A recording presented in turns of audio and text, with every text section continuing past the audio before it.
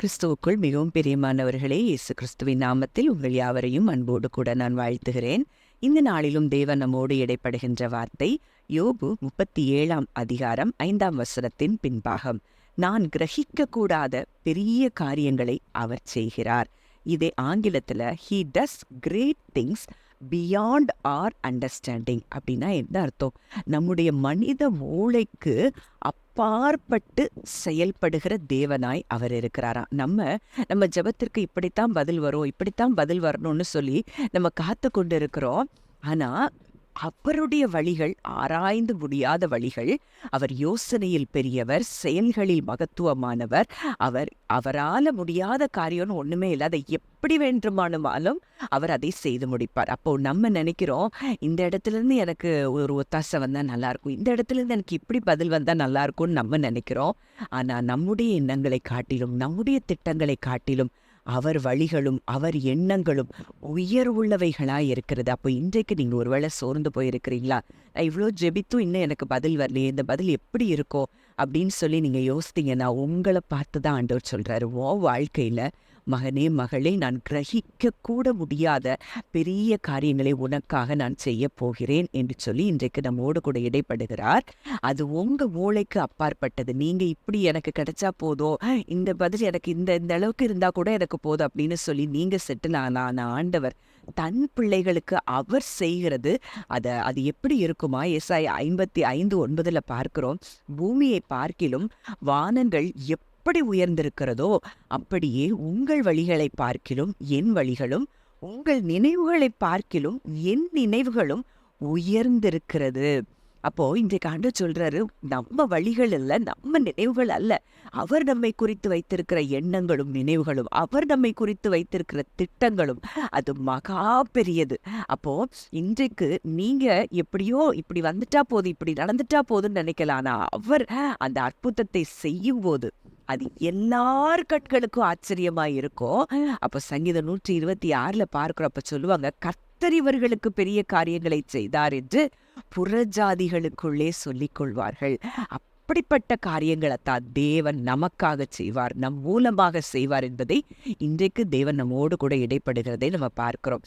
அடுத்ததா ரோமர் 11:33 கூட பார்க்கிறோம், தேவனுடைய ஐஸ்வர்யம், ஞானம், அறிவு என்பவைகளின் ஆழம் எவ்வளவாயிருக்கிறது. அவருடைய நியாய தீர்ப்புகள் அளவிடப்படாதவைகள், அவருடைய வழிகள் ஆராயப்படாதவைகள். அப்போ இன்றைக்கு அவருடைய ஞானம், அவருடைய ஐஸ்வர்யம், அவருடைய அறிவு, இதெல்லாம் நம்முடைய அறிவுக்கு அது மிகவும் அப்பாற்பட்ட தூரத்துல இருக்கு. அப்போ அவருக்கு தெரியும் எதை, எப்படி, எந்த நேரத்துல, யார் மூலமா நமக்கு அந்த பதில்கள் வரணும், எல்லாவற்றையும் அவர் முன்குறித்து வைத்திருக்கிறார். அவர் முன்குறித்து வைத்த அந்த திட்டங்களின் படியே நமக்கு என்ன செய்வார்? நிறைவேற்றி தருவார். அப்ப இன்றைக்கு நீங்க சோர்ந்து போகாது. உங்க வாழ்க்கையில நீங்க எதற்கெல்லாம் ஜெபித்து காத்து கொண்டு இருக்கீங்களோ எல்லாவற்றிற்கும் பதில் வரும். அது அவர் ஸ்டைல்ல வருங்கிறது தான் இன்றைக்கு நம்மோடு கூட இடைப்படுகிறார். அது எல்லாருக்கும் ஆச்சரியமா இருக்கும். அப்படிப்பட்ட பதில்களை தான் இன்றைக்கு தேவன் நமக்கு தரப்போகிறேன் என்று சொல்லி வாக்கு கொடுக்கிறார். சங்கீதம் 65:5 கூட பார்க்கிறோம், பூமியின் கடையாந்தரங்களிலும் தூரமான சமுத்திரத்திலும் உள்ளவர்கள் எல்லாரும் நம்பும் நம்பிக்கையா இருக்கிற எங்கள் ரட்சிப்பின் தேவனே, நீர் பயங்கரமான காரியங்களை செய்கிறதினால் எங்களுக்கு நீதி உள்ள உத்தரவு அருளுகிறீர். இது டிபிடி வெர்ஷன்ல ரொம்ப அழகா இருக்கு. You answer our prayers with amazing wonders and with awe-inspiring displays of power. You are the righteous God who helps us like a father. Everyone everywhere looks to you, for you are the confidence of all the earth, even to the farthest islands of the sea. அப்போ இதுல முதல்ல சொல்லப்பட்டிருக்கிற வார்த்தை, you answer our prayers with amazing wonders. அப்போ நம்முடைய ஜெபங்களுக்கு அவர் எப்படி பதில் தருகிறார்? ஆச்சரியமான அதிசயமான முறையில அவர் நமக்கு பதில் தருகிறாராம். அப்ப இன்றைக்கு நீங்க நெடுங்காலமாய் காத்திருக்கிற அந்த காரியங்கள்ல தேவன் அப்படிப்பட்ட அற்புதங்களை தான் செய்வார் என்பதை நீங்கள் அறிந்து கொள்ள வேண்டும். அடுத்ததா அதுல சொல்லப்பட்டிருக்கிற காரியம் என்னன்னா, அவருடைய வல்லமையை வெளிப்படுத்தும்படி அந்த பதில்கள் இருக்கும். அப்போ இன்றைக்கு நமக்கு செய்ய போகிறது நிமித்தம் அவருடைய நாமம் மகிமைப்படும். அவருடைய வல்லமை அங்கே வெளிப்படுகிறதை நீங்கள் காண்பீர்கள். உங்க மூலமா நீங்க ஜெபித்துக் கொண்டிருக்கிற எல்லா ஜெபங்களுக்கும் பதில்கள் இப்படித்தான் இருக்கும் என்பதை தேவன் மறுபடியுமாக நமக்கு உணர்த்துகிறதை நாம் அறிகிறோம். You are the righteous God who helps us like a father. அப்போ நீதியின் ஒரு தகப்பன், அதாவது நீதியின் தேவன் ஒரு தகப்பனை போல எங்களுக்கு என்ன செய்றீங்க, உதவி செய்றீங்க. அப்போ ஒரு தகப்பன் எப்படி இருப்பார், பிள்ளை கூட இருந்து பிள்ளைக்கு என்ன கவுன்சிலிங் வேணும், என்ன எப்படி கைட் பண்ணணும் அப்படின்னு சொல்லி வழி நடத்துகிறதை போலத்தான் அவருடைய கேர், அவருடைய ப்ரொடெக்ஷன் எல்லாம் ஒரு தகப்பனை போல அவருடைய பிள்ளைகளுக்கு அங்கே இருக்கிறதை நம்ம பார்க்கிறோம். இந்த வார்த்தையின் மூலம் நம்ம அறிந்து கொள்றோம். அப்ப இன்னைக்கு உங்க வாழ்க்கையில எந்தெந்த குழப்பமான சூழ்நிலையில எப்படி முடிவெடுக்கன்னு தெரியலன்னு சொல்லி நீங்க குழம்பி கொண்டு இருக்கிறீங்களா, ஆண்டவர் உங்களை நேர்பாதையில நடத்துவார். ஏன்னா அவர் அப்பாவா இருந்து உங்களை கவுன்சில் பண்ணி உங்களுக்கு எல்லா விதமான ஞானத்தையும் கொடுத்து அந்த சூழ்நிலைகளை எப்படி எந்த இதை சூஸ் பண்ணணும் அப்படிங்கிற அந்த ஞானத்தையும் கூட கர்த்தர் உங்களுக்கு தந்து உங்களை ஆசீர்வதிப்பார் அப்படிங்கிறத இந்த வார்த்தையின் மூலம் அறிந்து கொள்ளலாம்.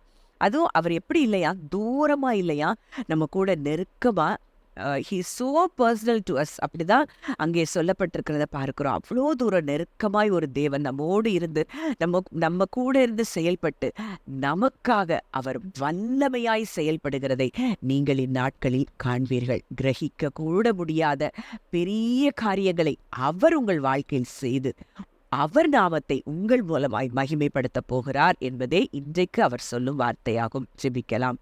நல்ல தகப்பனே, நன்றியோடு உம்மை துதிக்கிறோம், ஸ்தோத்தரிக்கிறோம் அப்பா. நாங்கள் கிரகிக்க கூட முடியாத பெரிய காரியங்களை செய்கிறவரே உம்மை நாங்கள் துதிக்கிறோம், ஸ்தோத்தரிக்கிறோம் அப்பா. ஆண்டவரே அப்பா, இதை கேட்கிறோம் ஒருவருடைய வாழ்க்கையிலும் அப்படி கிரகிக்க முடியாத காரியங்களை நீ செய்ய போகிறபடியால் நன்றி செலுத்துகிறோம். சீக்கிரத்திலே நாங்கள் நிறைய சாட்சிகளை நாங்கள் கேட்க போகிறோம் என்று சொல்லி விசுவாசிக்கிறோம்.